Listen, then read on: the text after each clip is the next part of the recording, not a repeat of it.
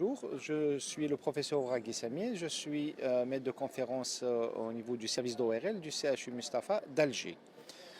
Au niveau du service du professeur Ben Yahya, nous sont pris en charge différents types de cancers, notamment le cancer du cavum, qui représente un des plus gros contingents de cancers de l'ORL et qui se manifeste par des signes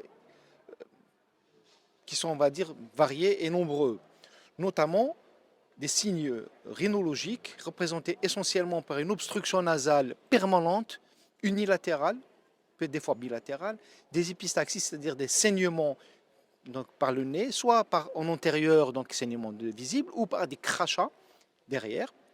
Il peut se manifester aussi par des signes otologiques. C'est des patients qui viennent consulter parce qu'ils n'entendent pas bien d'un seul côté, d'une seule oreille.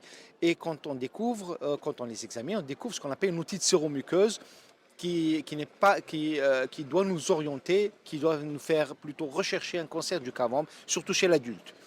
Et vous avez aussi des signes neurologiques et ophtalmologiques, notamment donc, la diplopie. Certains patients vont consulter parce qu'ils voient double. Donc, des voix doubles. Et parmi les diagnostics, donc, quand ces patients-là vont chez l'ophtalmo, ils nous adressent pour éliminer un cancer du cavum. Et bien sûr, vous avez les ganglions, donc les adénopathies cervicales, qui peuvent être unies ou bilatérales et surtout le ganglion sous-digastrique, c'est-à-dire situé au niveau de l'angle de la mâchoire, et qui l'apparition de ce ganglion qui ne disparaît pas, qui traîne et qui augmente de volume, doit faire rechercher donc un cancer du cavum, et ceci essentiellement par un examen ORL et plus spécifiquement avec une nasofibroscopie.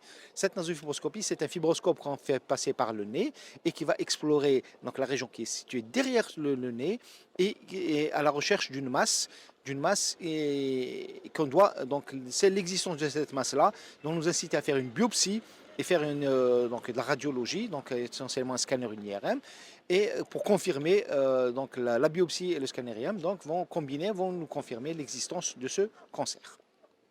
Et je vous remercie.